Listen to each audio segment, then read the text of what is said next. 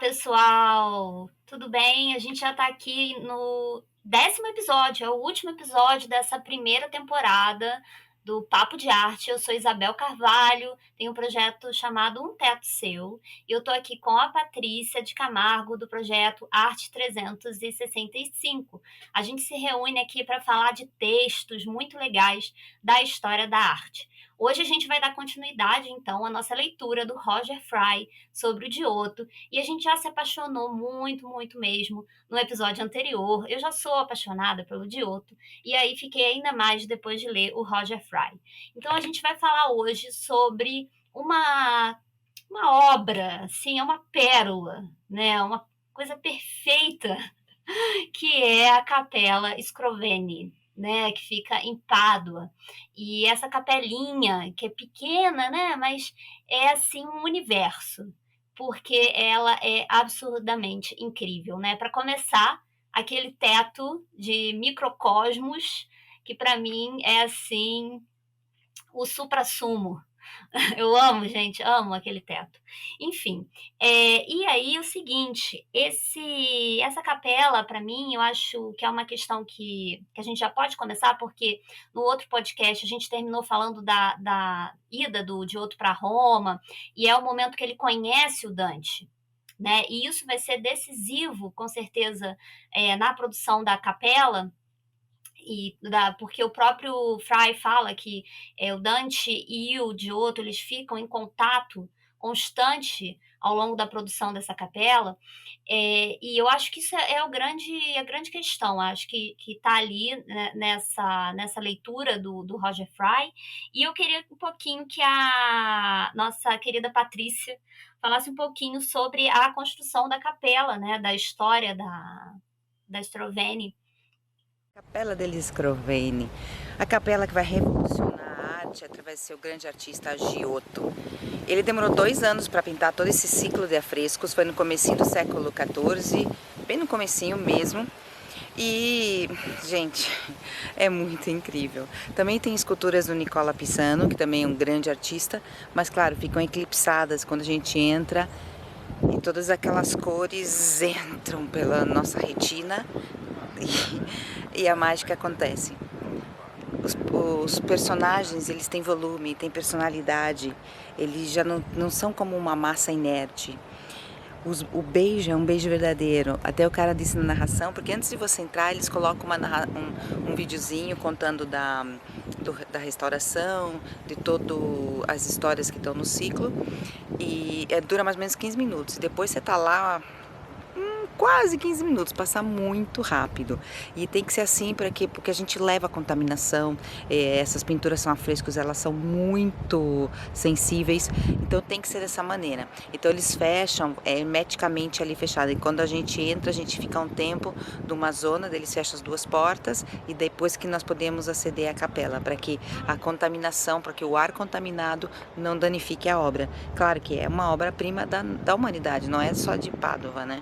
É da humanidade, porque mostra toda a evolução da história da arte ocidental, é um ponto de inflexão na história da arte ocidental. E nessa capela, realmente, chega aquele momento em que, da universalidade que nós comentamos no episódio anterior do Giotto. Ele consegue pintar a universalidade, aquilo que todos nós conseguimos nos identificar, seja do Oriente, do Ocidente, em qualquer parte da Terra. Por exemplo, nós temos dentro desse ciclo, temos a cena do beijo, do reencontro de Joaquim e Ana. Gente, que Ai, essa cena ternura! mais linda da história da arte. Eu não sei, sempre se diz, Isabel, que foi o primeiro beijo pintado, assim, né? Que não seja um beijo divino, nada disso. Eu já busquei, rebusquei e realmente eu acho que é verdade, mas ainda claro, eu não gosto dessas afirmações, porque a gente não conhece tudo, né? É impossível. Não sei, isso também é o dado que você tem? Sim, com certeza. E vai muito de encontro com aquilo que a gente falou, né, que você está falando da universalização, né, porque o que que acontece? O beijo, ele é uma coisa, ainda mais entre duas pessoas, tudo bem que eles são santos, né, de algum modo, eles acho que tem até auréola, eu acho que tem, Santana e Joaquim. mas é uma forma de mostrar o pathos, né, assim, a emoção da situação. Por quê? O que acontece? O Joaquim e a Santana, eles já eram mais velhos, eles eram idosos, e eles não tinham filhos. E aí o que acontece? O Joaquim, ele é expulso do templo. Tem até a cena dele sendo expulso, sendo puxado assim por um cara para fora. E ele tá com a sobrancelha toda franzida, assim, né? Que aí vai de encontro com a questão da expressividade. E aí, quando ele vai voltando para casa, né, e tal, ele é avisado que vai acontecer uma coisa. Acho que chega tipo um anjo, o próprio anjo Gabriel, né? Fala com É ele porque. Não, é que e você pulou visita uma a parte. Santana, não é Não, isso? você pulou uma parte, você pulou. O que que acontece? Ele fica tão envergonhado com isso que ele se autoexila, ele vai para o Ah, deserto. E aí no deserto ele tem um sonho onde um anjo avisa que Ana está grávida. Então ele retorna e ela tem o mesmo, ela também recebe um anjo que diz que ela está isso. grávida. E aí esse momento que o Giotto mostra é nas portas da cidade, ela vai esperar o Joaquim e quando ele chega, eles se encontram, se abraçam, não é só o beijo em si. Eu tô olhando aqui por causa daquilo que a gente falou das mãos eloquentes, né? Cara, ele pega assim, ó, nela. Ai, gente, é arrepiante. E sabe o que que ela faz? Ela segura o rosto dele para beijar. Ai, senhor, como é incrível. E aquilo que você falou das auréolas, as auréolas parecem mais como uma energia de amor que irradia. Não parece como se fosse o santo, nada disso. É como amor mesmo. É incrível. É incrível. E as auréolas deles são perspectivadas, né? Elas têm sombra, são lindas, lindas Sim. demais. Tem até como se É fosse um pontiagudo, assim, como se fosse essa energia mesmo. muito louco, né? É que ao mesmo tempo que é divino, né, que é identificado pela auréola, é de carne. Você vê que os personagens do Giotto, que é até uma das características que o Fry vai falar, né, que eles são pesados, os corpos.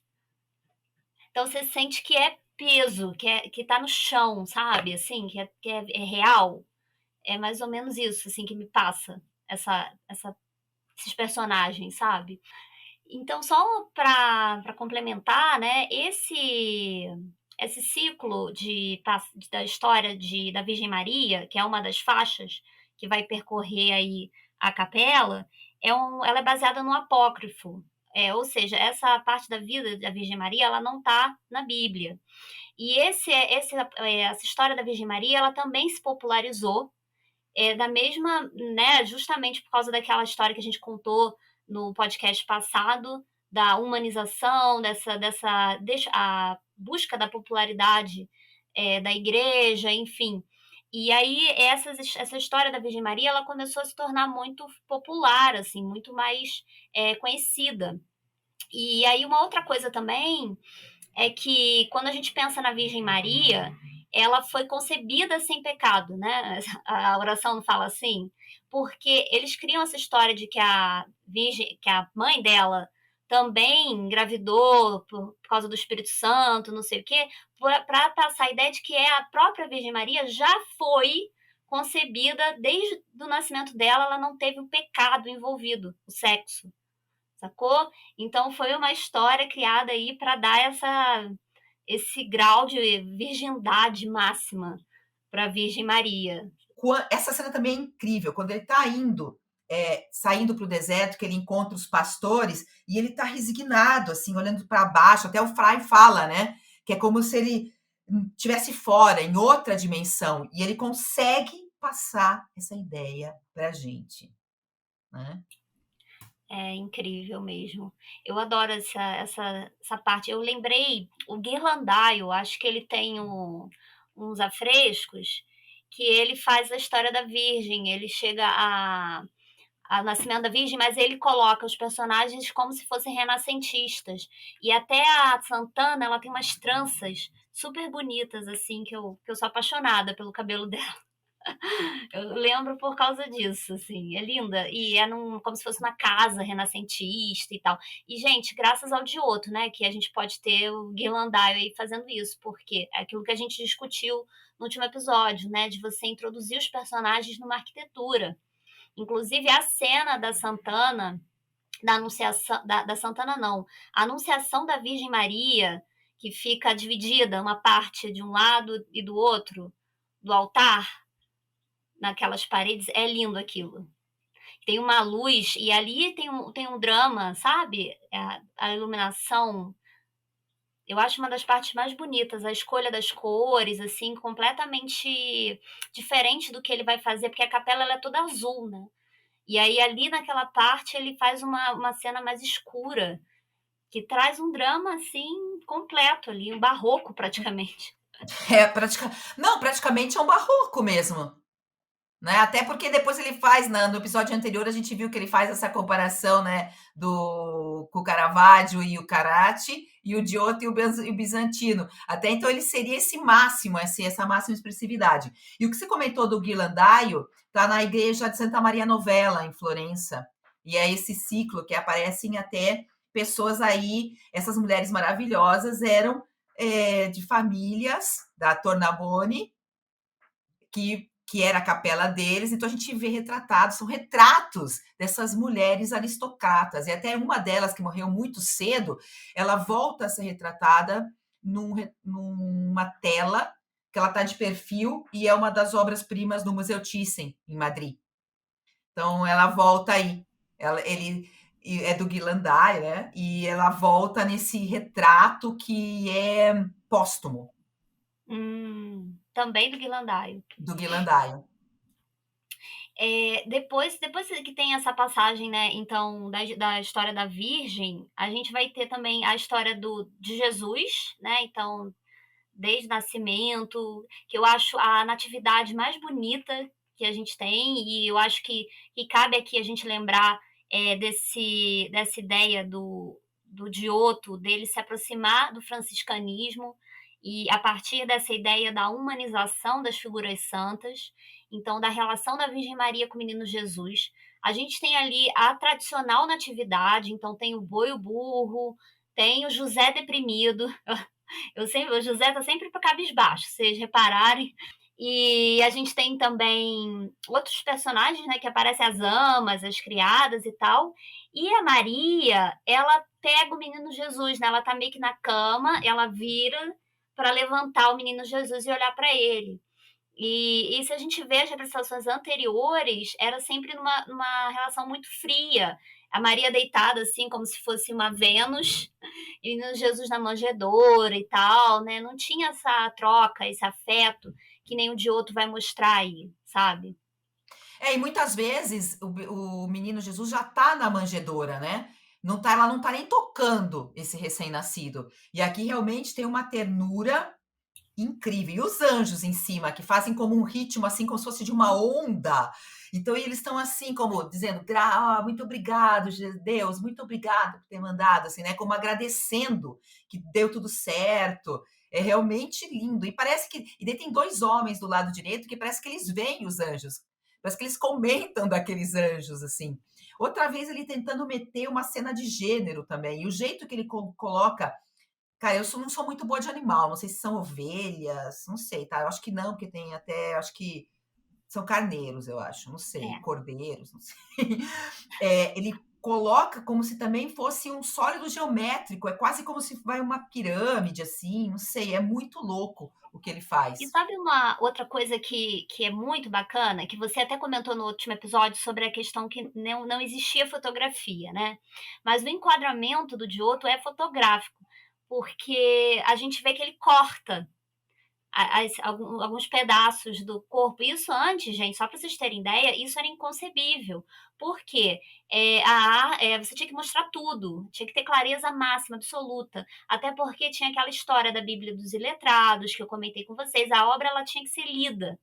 Então ela era rebatida, ela não tinha perspectiva, ela tinha que ficar dentro daquele espaço pictórico de forma integral. Enfim, ela tinha que ser assim de fácil leitura, Não, reconhecível, não podia né? gerar interpretação. Você não podia deixar a Isso. tua imaginação. Era aquilo e acabou. Você não tem que interpretar nada. E o que você está falando, nessa mesma cena na natividade, ele corta simplesmente a mulher que está ajudando, segurando, está entregando, quase parece o menino Jesus para a Virgem, e corta o burrico e o boi. E corta também esse recorte aqui, não sei se foi posterior, mas acho que não, acho que deve ter sido ele também, o homem que está à direita de quem olha. Então ele faz todos esses recortes, foi muito bem Bota pensado de isso, costas, lembrado. né? O Coloca cara de de costas. Ah, não, costas. mas aí de costas a gente tem o máximo, para mim a máxima expressão tá em outra cena desse ciclo aí de Jesus. Essa, para mim, meu Deus, essa cena é incrível. Deixa eu achar ela aqui para olhar e comentar a gente falando. Que ele chama, no livro, ele chama Pietà. Eu achei até legal ele chamar Pietà, mas é conhecida mais como a Lamentação de Cristo, ou até o enterro, às vezes também. Gente, e tem duas mulheres que estão tapadas e todas estão de costas total, elas são sólidos de cor. Mas nessa cena, além de tudo, ele mostra pra gente o desespero. E outra vez, as mãos e os braços. A gente tem esse personagem, né? Que tá quase assim, ó, ele tá se desfazendo. Sabe quando a gente tem tanta dor? Quando acontece alguma coisa que é tão dura de acreditar que a vida fez isso com a gente, que a vida é tão injusta e a gente se contorce de dor, né? É isso. Esse personagem tá contorcido, mas não só ele, porque no céu, os anjos. Gente, que jogo de corpo é isso? É esse, meu Deus. Esses anjinhos sofrendo, eles são assim, tudo. Eles mostram realmente que até mesmo os anjos, eles sentem dor, né? Eles sentem compaixão. Porque Cara, não é, né? e quando você tá lá, você consegue escutar o grito deles, que é esse grito surdo, é louco, você fica olhando para essa obra, você fala: "Gente, eles estão gritando", porque é impossível que eles não estivessem emitindo o som, né, com o jeito que o corpo tá todo torcido. Dá pra ouvir o choro, o desespero da Maria, né? Quando ela tá na crucificação, eu acho também outra cena muito Não, mas emocionante. mas pode esperar um pouquinho, antes da gente ir para da crucificação, ele diz o seguinte, que eu também acho que a gente devia comentar, dessa cena, tá, dessa o que ele chama de Pietà, né. Advertiremos a importância de algo que todos os grandes italianos herdaram da civilização greco-romana, um estilo grandioso, mas contido. Esse aí é um ponto fundamental. Primeiro, que ele vai gerar essa relação, eh, antigo e o que seria na época que o Giotto fez para, né, da época moderno, e que é uma relação que vai ser primeira vez que vai começar a ser fortemente, destacada na teoria da arte é Vasari, Giorgio Vasari. Toda hora traça. Tanto que no livro Vidas do Vasari, o que, que ele diz? Que eles pintavam a maneira greca. Ele está falando do bizantino, mas ele fala a maneira greca, porque sempre vai fazer essa relação do antigo com o moderno, né? Que é o moderno para aquele momento. Os personagens que criou aqui são tão convincentes, impossíveis de esquecer como quaisquer dos criados pelos poetas. E aqui é importantíssimo, e eu não vou ainda chegar no ponto que eu quero chegar, eu acho que você já vai entender, para a gente deixar mais para o final, mas eu acho que é importantíssimo isso, porque ele começa a querer relacionar, e que o Vasari também vai fazer, arte, literatura, artes visuais, artes plásticas com literatura. Então ele vai fazendo nesse ponto, né? Então acho que era importante a gente destacar isso porque vai estar impregnado em todo o discurso do Frei, né? Essa questão. Sim, do momento em que ele vai fazer a basílica, né, lá de São Francisco, porque ele inclusive cita o Buenaventura, né, que seria a referência da biografia, né, escrita pelo Buenaventura do Francisco.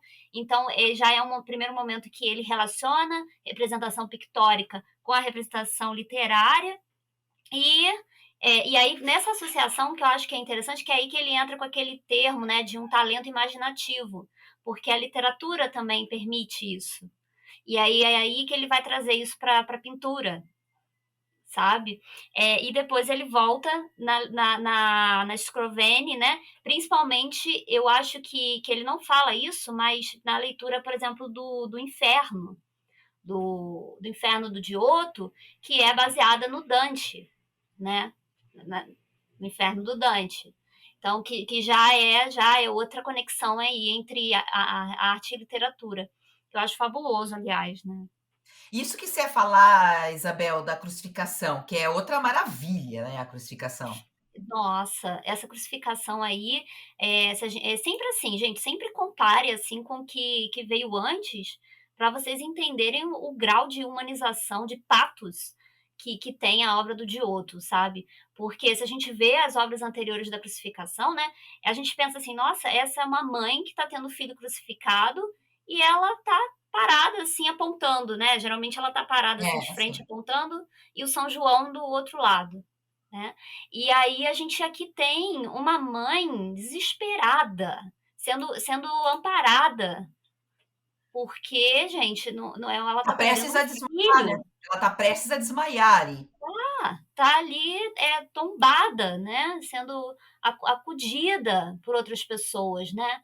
Isso é uma coisa que uma mãe sentiria, então era justamente causar comoção no espectador, né, que também tinha isso, você pensar que a impopularidade da igreja, eles queriam de novos fiéis, então eu vou comover os fiéis para que eles se identifiquem ali com aquela dor, né, e gostem mais ainda da Maria, sacou? Então era uma espécie até o Roger Fry, né, fala pra gente tomar cuidado até com essa ideia de propaganda, de publicidade e tal, mas é claro que acontecia, é óbvio. E também a Maria Madalena também tá numa posi ela a gente eu consigo quase sentir que ela tá chorando, dá pra ver, né, a lágrima ali, a gente não tá pintada, mas a gente consegue sentir que ela tá chorando e ela tá aí com essa mão também tocando os pés de Cristo. E uma coisa que eu estava observando agora, é que na rocha que suporta a cruz, na parte de baixo tem a caveira do Memento Mori. Cara, eu não tinha sabe que é uma coisa que eu não tinha prestado atenção? Por isso que olha gente, por isso que é importante às vezes conversar sobre arte, porque você a outra pessoa leva teu olhar para outras partes, outros detalhes, né, do quadro, da pintura, o que seja. E Eu esse acho anjo? maravilhoso. E esse anjo que tá tirando a roupa? E tá assim, ó, gente, outra vez a questão da dor. Ele tá assim, ó, tá como Tá abrindo. rasgando, tomou com essa túnica, e aí é a revelação da dor. E depois os escorços, aquilo que a Isabel já falou, a geometria, a perspectiva linear geométrica não tinha sido inventada, vai esperar quase 200 anos, assim. E aqui ele faz um escorço dos anjos vistos que estão em cima da cruz. O escorço o que que é? Você encurta os membros, porque eles estão numa posição de frente para o espectador, isso é o escorço, e ele faz tem 2 anjos escorçados. E gente, quem já fez modelo vivo sabe que a coisa mais difícil da vida é fazer escorço. É. E aí tem um outro personagem que tem escorço, que eu Hum. acho incrível, que é aquele dos Reis Magos, que é o garoto dando comida pro camelo, que ele tá em pezinho, assim, levantando a mão, e com a cabeça levantada, e aí ele tá com nessa perspectiva aqui, de você gente, isso é absurdo. Cara, é Essa verdade. né, é incrível. Cara, Nossa, a gente é outra cena de gênero que não aparece nas outras adorações aí dos Reis Magos, não aparece. Essa é uma cena de gênero, porque dá para ver mesmo que ele tá chegando com alguma coisa que ele vai dar, né, na boca, porque o camelo já tá com a boca aberta, o dromedário que seja. a gente fica aqui, né, o pessoal deve estar olhando pra gente e falando: "Nossa, que bobas, né, estão aqui falando discurso, não sei o quê". Mas, gente, isso a gente tem que lembrar que é uma novidade, assim, é uma coisa que não se tinha feito, sabe. Hoje em dia pra gente, é bobagem, todo mundo faz, assim, né, entre aspas, todo mundo que estuda desenho. Mas na época não, isso foi uma novidade mesmo. E aquilo que a gente comentou, só para quem não viu o episódio anterior, mas ele começou a pintar tal como ele via as coisas. É, Se a praticamente pessoa né, não tinha escola, não foi numa escola de arte, a única coisa que depois ele teve foi o auxílio do Timabui, mas a gente já comentou com vocês que ele foi muito além, né, do mestre. Então, você pensa, é mesmo isso que a gente está comentando dos textos apócrifos, quer dizer, que estão fora da Bíblia, eram menos praticamente esquecidos pela arte na Idade Média, né? Que não tinha interesse em divulgar esses textos. Então, quando ele vai passar isso para uma pintura, tem que sair da cabeça dele a forma que ele vai realizar, vai organizar essa composição? Que parece, é só pintar o que ele está lendo. Gente, não. Você tem que imaginar essa cena e transpor de uma maneira que seja equilibrada, que tenha essa concepção aí, né, entre aspas, do belo, mais do que do belo, que seja cômoda para os nossos olhos, né? Sim, e pensar que uma outra coisa que eu queria comentar, que a gente nem falou no último episódio, mas talvez até caiba aqui falar, que é aquela ideia do pseudo Giotto.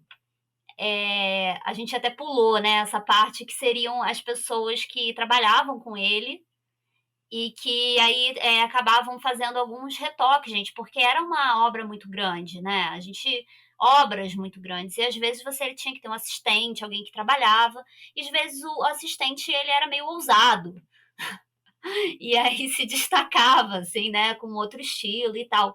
E aí ele fala da Basílica de São Francisco, né, de alguns afrescos lá, que são os 3 últimos, que provavelmente não foi o Giotto que fez, e provavelmente na Stroveni, né, que ele teria trabalhado mais, assim, individualmente, né, ele até teria tido alguns assistentes, mas que você vê que existe um estilo uniforme.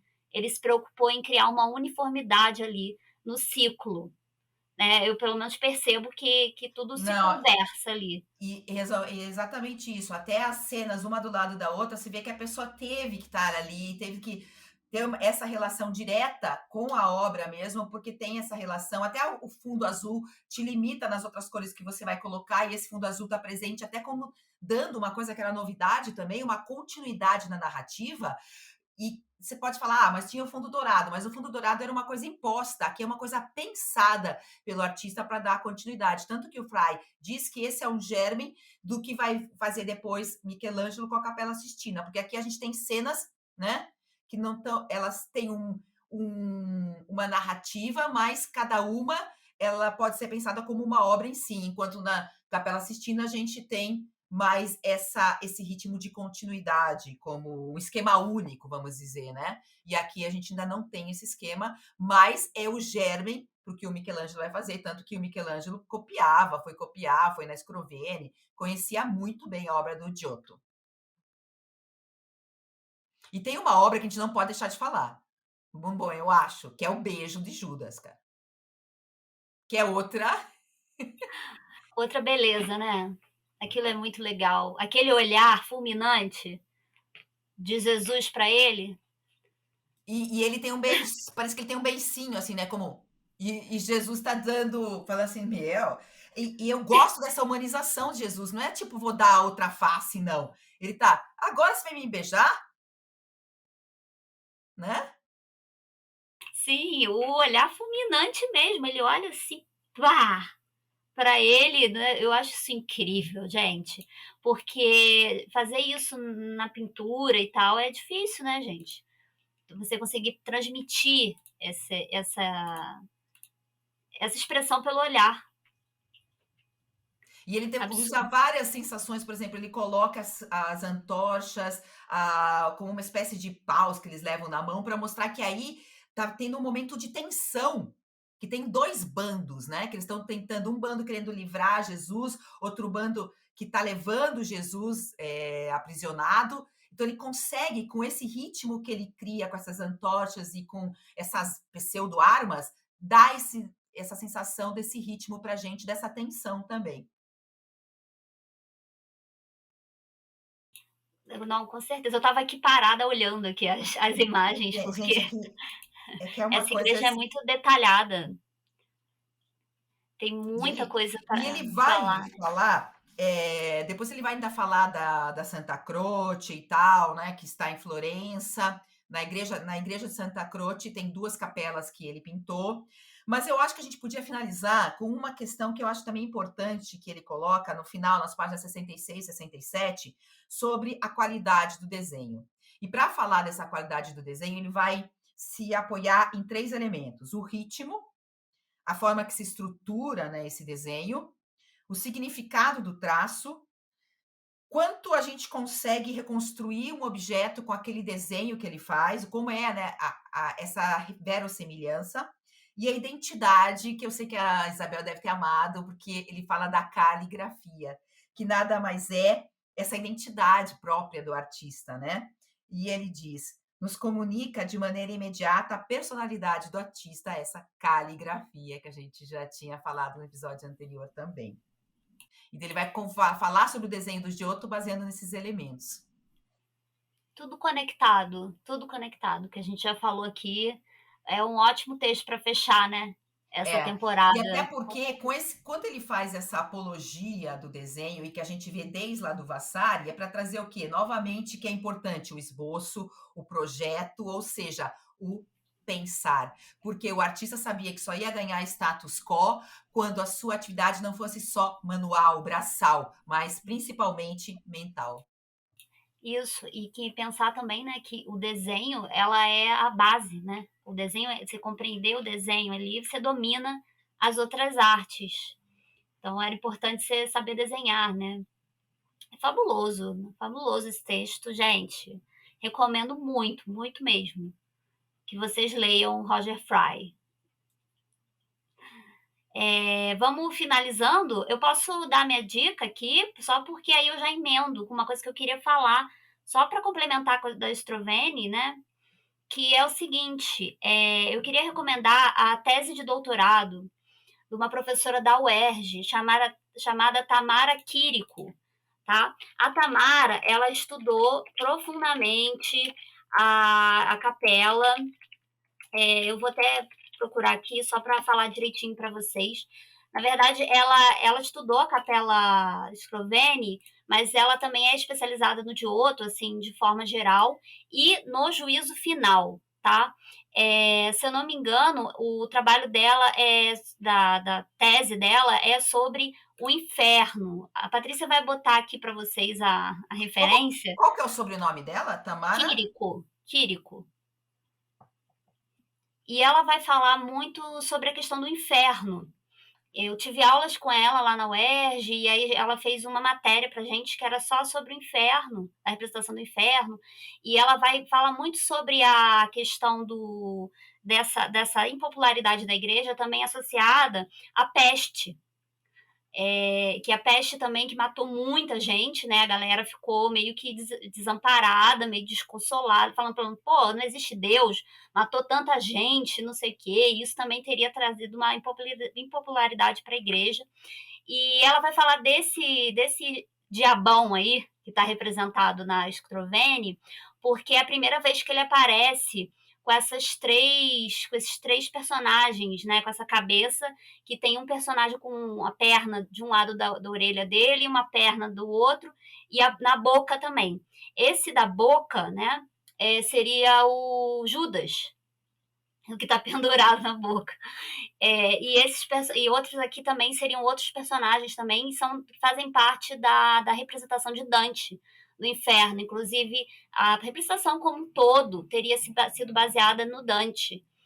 Então, por isso que eu falei dessa relação da arte e da literatura nessa representação, assim, por causa da Divina Comédia. E fora os outros elementos que são incríveis, né, desse juízo final, assim, que ela até falava, era engraçado, que o inferno é muito mais divertido que o paraíso, né? Porque o paraíso a galera fica toda enfileirada, assim, ordem, com cores pastéis, né? E o inferno é aquela loucura, né, dos pecados, assim, é Não, e muito mais divertido. o paraíso parece muito mais bizantino, né? Que é aquele que a gente falou das cabecinhas empoderadas e tal. E o inferno não, é tudo movimento, ritmo. É uma loucura, e assim, e as pessoas penduradas, sabe, um horror, assim. E a ideia, gente, só enfatizando aquilo que eu falei da Bíblia dos iletrados, e também como a imagem ela devia agir nos espectadores, porque era para causar medo na galera. Para ela olhar aquilo ali e falar, nossa, vai acontecer isso comigo, se eu continuar comendo muito, entendeu? Se você continuar sendo avarento, ser enforcado com moedas, sacou? Quaisquer Com os saco de pecados moeda. capitais. Quaisquer os pecados capitais, olha lá. E eu queria recomendar vídeos do meu canal, do Arte 365, porque eu tenho 4 vídeos que eu acho que vão ser bem interessantes e vão complementar aqui o nosso bate-papo. Primeiro, eu tenho um que fala diretamente sobre a Capela Scroveni, chama Giotto e a Capella Scroveni, que está dentro do Top 100 Arte. E o Top 100 Arte é uma série que eu fiz de 100 obras que eu acho fundamentais para a gente ter uma ideia sobre a história da arte. Depois, eu fiz uma leitura do Combridge, então tem um vídeo sobre arte na Idade Média, mais arte oriental, mais Giotto. Também tem um vídeo sobre o Cimabue, o mestre do Giotto, que está dentro das 1001 pinturas para ver antes de morrer. E por fim, que é o vídeo mais recente, é Giotto na Basílica de São Francisco de Assis, na mesma série que eu comentei das 1001 pinturas para ver antes de morrer. Então aí vocês podem complementar, né, o que a gente conversou nesses 2 episódios. Você tem um vídeo também sobre a pintura do beijo, não tem? Eu já vi um vídeo você falando só sobre essa. Sério? Não, eu acho que será que eu. Gente, agora me desculpem que eu não sei se eu tenho Eu ou acho não. que você tem sim, eu lembro. Será? Eu vou olhar, tá? Mas eu não tenho certeza, qualquer coisa, né? Como Você vocês coloca aqui. E como vocês comentaram com a gente que gostariam de uma segunda temporada, vamos ter segunda temporada. Em breve contaremos mais nos nossas respectivas redes sociais, nos nossos sites. Então aí fiquem ligados. Assinem a newsletter da Isabel, a minha newsletter, e aí vocês também ficam sabendo antes de todo mundo o que vai acontecer. Quem sabe a gente dê até algum spoiler, né, por newsletter. Vamos ver, né? Pode ser, pode ser. Né, As Isabel? leituras já estão definidas, assim. Vai ser bem legal. A gente Bem. só um spoilerzinho, a gente vai ter arte brasileira, né? Para aí diversificar um pouco as nossas leituras. Então, esperem coisas boas aí. Eu É acho isso? que eu tô muito animada. Coisas Eu polêmicas também. também, já que o pessoal gosta hoje em dia, tá? Então Acho é que vai isso, ser gente. legal. Ó, muito obrigada. Obrigada por estar com a gente aí nessa primeira temporada. A gente não vai demorar muito. Em breve a gente está de volta. Vamos só organizar, né? De definir as leituras direitinho e o calendário. E a gente volta. Ah, Obrigada, tá, gente? Ah, Isabel, só uma coisinha. Se vocês quiserem deixar sugestões, escrevam nos comentários do Spotify, do YouTube, ou conversem com a gente através das redes sociais, de livros, de teóricos que vocês gostariam que nós abordássemos aqui, ou de outras ideias também, tá? Podem deixar essas sugestões para a gente. E hoje eu também quero me boa. despedir de vocês, aqui das Canárias, com um beijo no coração. Até a próxima temporada. Beijo, gente. Até a próxima.